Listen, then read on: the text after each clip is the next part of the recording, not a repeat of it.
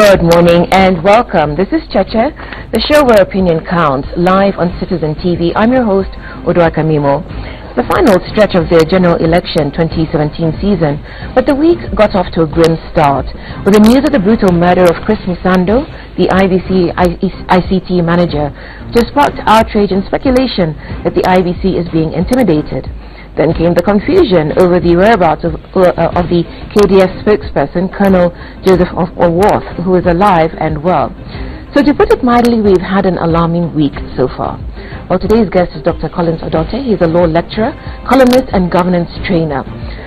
He is with us in the studio along with our panelists, Mutegi Njau and Charles Odhiambo, both of Royal Media Services, and they'll be sharing their opinions with us. So good morning and welcome. I will call you Collins because I know you outside of this context. But it's a pleasure to have you with us.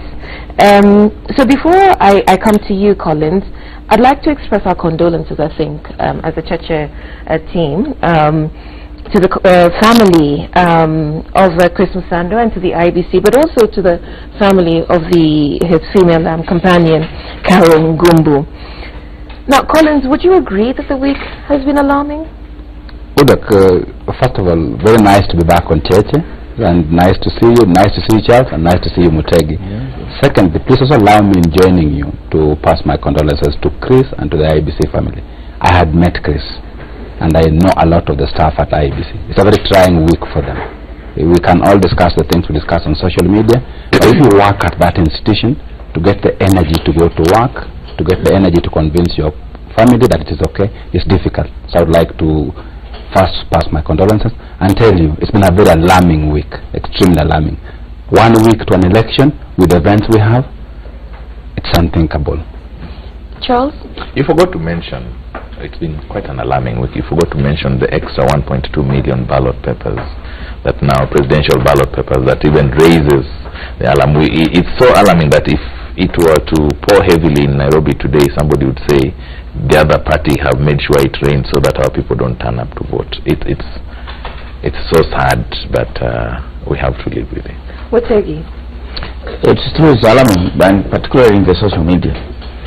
If you go on social media and believe what they write, I think you want to move. You want to leave this country. You've seen a lot of election campaigns, though, Mutegi.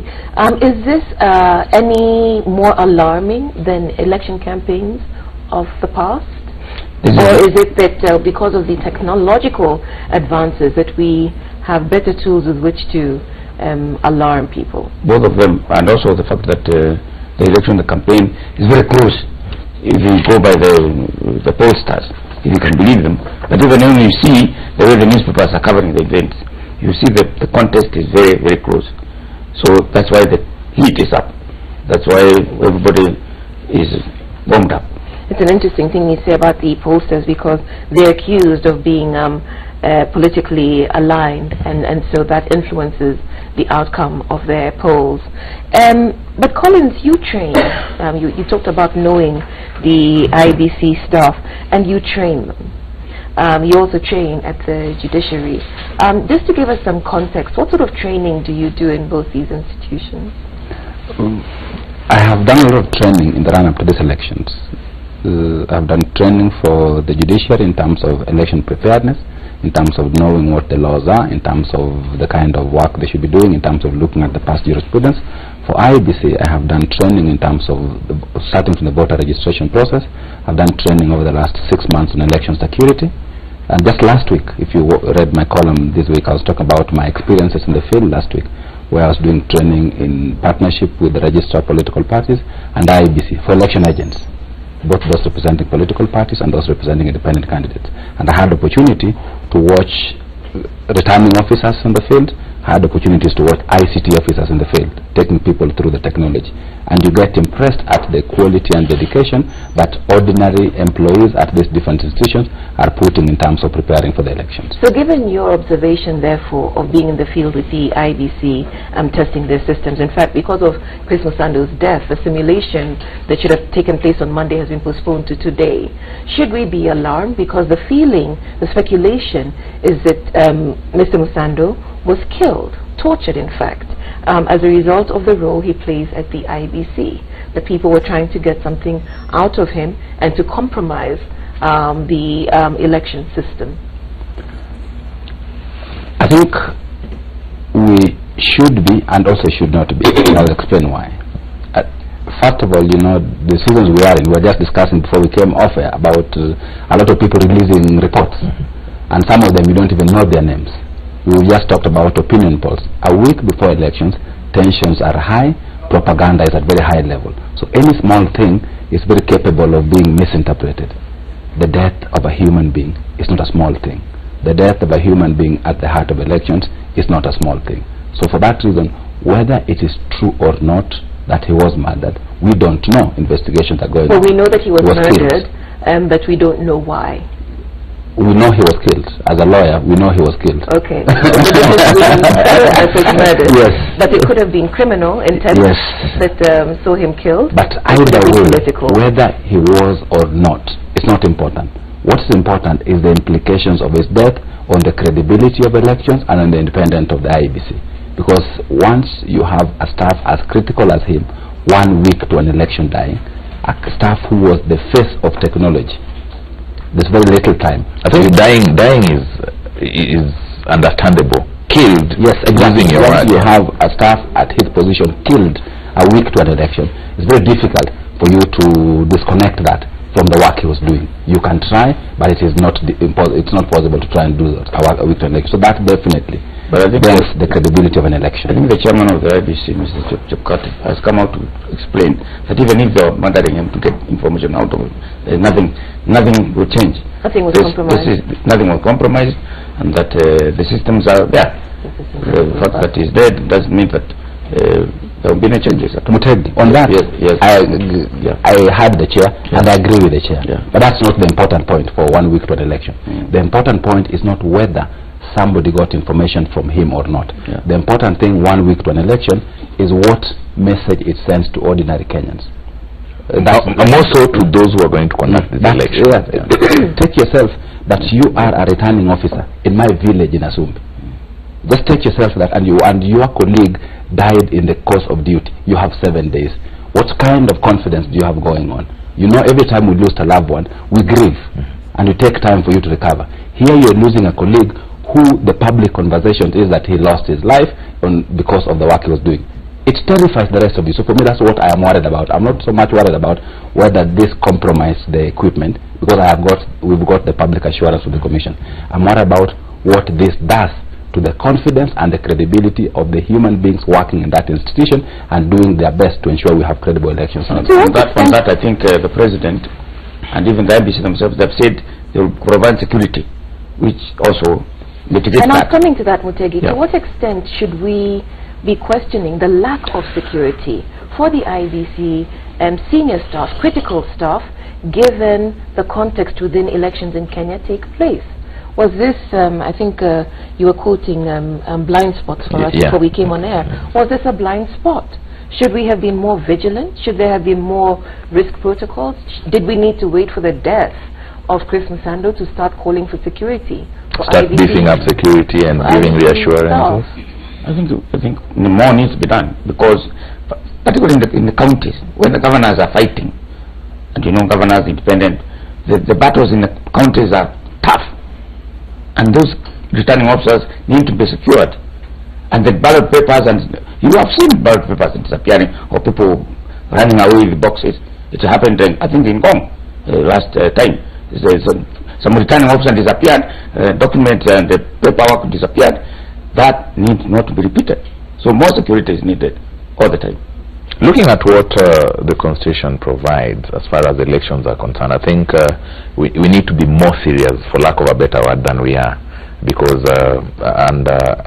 paraphrasing what the President said when he was in Wasingishu yesterday, everything should be done to make sure that we have elections on 8th, because failure to do that would just be a recipe for total chaos in the country. We need to have, like yesterday, proper security for the candidates, especially the presidential candidates, and even members of the IEBC now, more than ever, because like Dr. Dote said earlier, that it happened is serious enough, but the perception it creates, it's even worse. especially to the masses, because now you have to go back to the masses and convince them, look here, the guy who was in charge of ICT, we are going to do this election in a technological way, has died, but everything will be okay, there will be no votes stolen. I think, if you look at members of parliament and look at the security that they provided, it does not wait for an event like this for them to provide security. I think what this must demonstrate to us is that we need to be much more serious and much more proactive in terms of how we secure critical events. It's okay we are now saying let's beef up security, but I think we must learn this so that there's no other time when a human being who is involved in a critical process like the IEBC, who is involved in a critical process like the judicial officers, are asking for security. We should have it as a matter of course and budget for it, so we don't have to expose the kind of things that Chris was exposed to. We must ensure that we do everything possible so that people will still die. That's part of life. But when it does, we should be saying, as a country, we did what was prudent, and I don't think we did sufficient enough in terms of guaranteeing the security of the critical staff at IBC. You've talked about budgets, because that's been an area of contention for the IBC and other institutions. Now, you talked about, you know, you've been on trips benchmarking other electoral systems. I think you talked about being in Mexico and finding that their system was robust, more so than ours. Mexico, which many of us, you know, in spite of the telenovelas that we watch on our screens, we also know it is a fairly insecure country. You know, gang warfare, drugs, violence, all sorts of things. The story of the students who have disappeared, I think it's 2 years now, no one knows what happened to them, and yet they have this functioning electoral system. What can we take from them? I think it's in terms of being committed to the things you want to do. The thing that surprises you, every time you travel, you are asking about, do you have sufficient budget? And every human being tells you, we don't have sufficient budget. In Mexico, the conversation about money was off the table. So you ask not one institution, but every institution you meet, do you have sufficient budget? They tell you, yes, we have sufficient money. They ask them, whose building is this? They say, this is our building, we bought it from government resources. And even as you are attending meetings that we went to because we are going to learn lessons, not meetings that we were invited. We went to learn lessons for the purpose of our country. So essentially, it's our expense. But you see, people are spending money on you for an activity that you went to yourself. And you ask yourself, this means that people are much more serious. So if you compare that with the conversation we just had a few minutes ago about our investment in security, it demonstrates to you that I think we can do much more. And you'll hear the statement being made that we don't have sufficient resources. But do we ever learn lessons from these benchmarkings, from reports, the Krieger report, for example, what happened in 2007, 2008? Do we ever learn lessons as a country and as institutions in the country? You've mentioned the Krieger report. I think 10 years later, Charles, you're still mentioning the Krieger report. I think for me the Krieger report is one of the reports that has had a fundamental impact on our elections. Because there's a lot of, every time that we are about to go the wrong way, people refer to it. If you watch conversations the last 2 days, people are saying, look, if you look at what's happening this week, this is a warning for 2007. Let's try and avoid 2007. So I think for me, there is an effort of learning, but I think not learning enough. What are the parallels between this campaign, 2017, and 2007? One, the stakes. The stakes are as high. It was like Mutegi referred to earlier. It was too close. Somebody would say too close to call if the pollsters are anything to go by. Too close to call. The stakes are too high. There is a lot of charged atmosphere around, and it's also a case of quite some interesting scenario. In 2007, President Kibaki had served his first term. He was going in for the second term. In 2013, it was a change of regime. Now in 2017, President Uhuru Kenyatta has served his first term. He's going into a second term. It's a case of the incumbency versus new blood. The same challenger. Yes. But I think also there is heightened distrust. There is a lot of mistrust, and people having no confidence in the judiciary, in the electoral system, in everything. So there is mistrust. In fact, when you talk about budget and availability of money, imagine the amount of money we are spending to print these ballot papers in Dubai and hiring scores of airplanes to bring them here. And it's just a question of mistrust. We print money here. And when somebody says these are fake 1,000 shilling note, why must we spend all this kind of money to print paper you can print here? Like, so that's what's similar to the 2007 environment. What is dissimilar? What has changed? What doesn't exist that existed? What existed that didn't exist in 2000? What existed then is the country, the citizens were callous. They had never experienced anything like we had experienced then. Today, we keep, like Dr. Dote said, we keep making references. No matter what happens, please let's not go back there. So, and of course, there is fear of... despite all the similarities, the fact that we have experienced a bit of it in 2007 makes us be a bit cautious. We have also about hate speech and the institution that's supposed to check that. And we have also ICT. The ministry, which is also checking the social media. So that's different. Although it's circulated, the hate in social media is too much. So from what I'm hearing you panelists say, the environment is the same, but the infrastructure has changed. Collins, what would you say to that? I think I agree with Charles. I think what has changed is that we have a mirror to look at. Every time you try to do anything, you know the concept. You can't say you don't know. You can't be told that let us not avoid Rwanda, because not every Kenyan has gone to Rwanda. But you will be told let us not avoid 2007, and everybody remembers 2007. So when you do anything that is taking us to 2007, you damn know the consequences. And when you listen to radios, vernacular radios, and the training that is being conducted by the Media Council and the UNDP, the noise that was there, the rubbish that was being in vernacular radio, is now toned down. There's not much there, except a few, maybe. It's actually spewed more on social media than the mainstream. But what I keep wondering is just how prepared or how reflective are our institutions as we head towards 8th of August vis-a-vis what transpired back then? Because like you said, mistrust was a common thing. I'm sure we'll be talking about this later.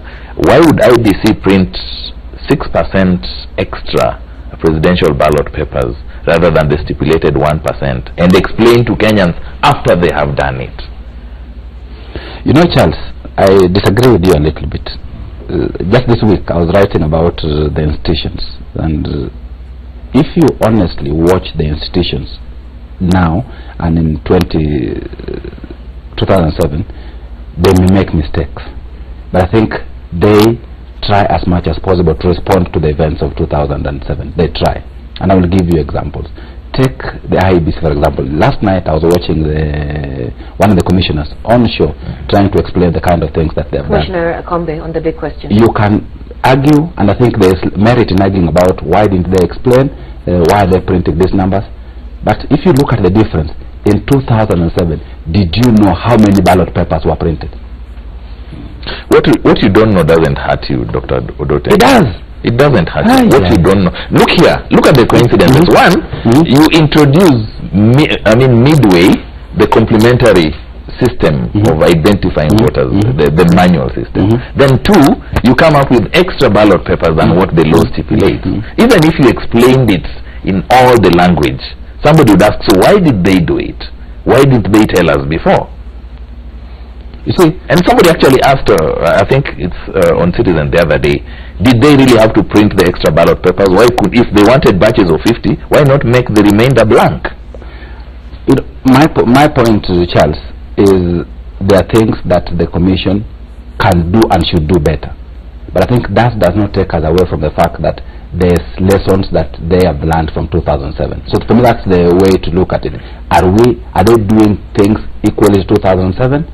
My answer is no. Are they doing things that they could have done better? The answer is yes. I think in terms of communication, it was much better to communicate this early as opposed to responding to it. But at least we know in advance how many ballot papers exist. I didn't know how many ballot papers were printed in 2000. But they're like notes. They're accountable documents. Whether they spoil or whatever, they will be accounted in the beginning and at the end. So that, to me, in fact, that commissioner who was here last week. Commissioner Akombe? Yes. Who was the chairman who was on last night? Yes, she explained, and even she has issued a statement which is circulating in every telephone. Anybody with a smartphone has got that document. How it will not be possible to insert anything if the systems work. But as I say, if the manual system is reverted to, there is a problem. I like that choice of words. If the systems work. I would rather, I wish it was when the systems don't work. Because if is 50-50, it could either, go either way. Something would happen and then we would go back to what we started with. Excuse me. What if Chris Msando was not killed? Would these things have worked? And sometimes it may just be technological error because, technology fails. It's interesting because it was the overarching question was what is different about the 2017 that did not exist in 2007. And Collins, you seem to be making the point, and Charles, you've made the point as well, that we have this mirror, that we have this historical, present memory of what we did to each other in 2007, and so the likelihood that we would do that to ourselves is diminished. Mutegi, you've also made the point that we have institutional architecture. It might not be the best, but we do have stopgaps within the system. But if that's the case, why are people moving up country? Why are we hearing about busloads of people going to Uganda and Tanzania? Maybe you need to add on what's different. He's raised a very important thing. What that other thing that is different and is so glaring is information. In 2007 there was no information. In 2017 there is a lot of information. Why are people going up country, I think? To vote. To vote? They're going up country to vote. They're running away from imminent problems. I want to be positive. You see, really positive. Yeah, Udwak, this is what is wrong with our country. Because I think people are moving away for both reasons. Yeah. But all of us look at it only from one prism. People are moving away to somewhere to vote. And Mutegi is happy to only talk about people moving away to vote. People are moving away because they are fearing. You don't need to carry your luggage when you're going to vote. You don't need to carry your bed, your motorcycle, your seats to go and vote. You only need to carry your ID or passport. Just the reality is that there are those who are moving away to vote, which is fine. Yes. But we also must accept that there are those who are moving away because they are afraid. And for me, that's what must concern us. Why are people afraid? And people are afraid because when they see things that remind them of 2007, they tell themselves, I would rather be safe than sorry. And I think it behoves all of us to ask ourselves, how do we ensure that what can we do to ensure that people don't move because they are afraid? Because the reality, and that is what we started on today, is that this has been an alarming week. Are we doing sufficiently to be able to calm the nerves? And that is a question that we're asking on Twitter. We have to take a break now. This is Cheche and we're live on Citizen TV. We'd like to hear from you. How can we calm tensions during elections? Talk to us. Our SMS number is 22422, or you can tweet us using the hashtag Cheche.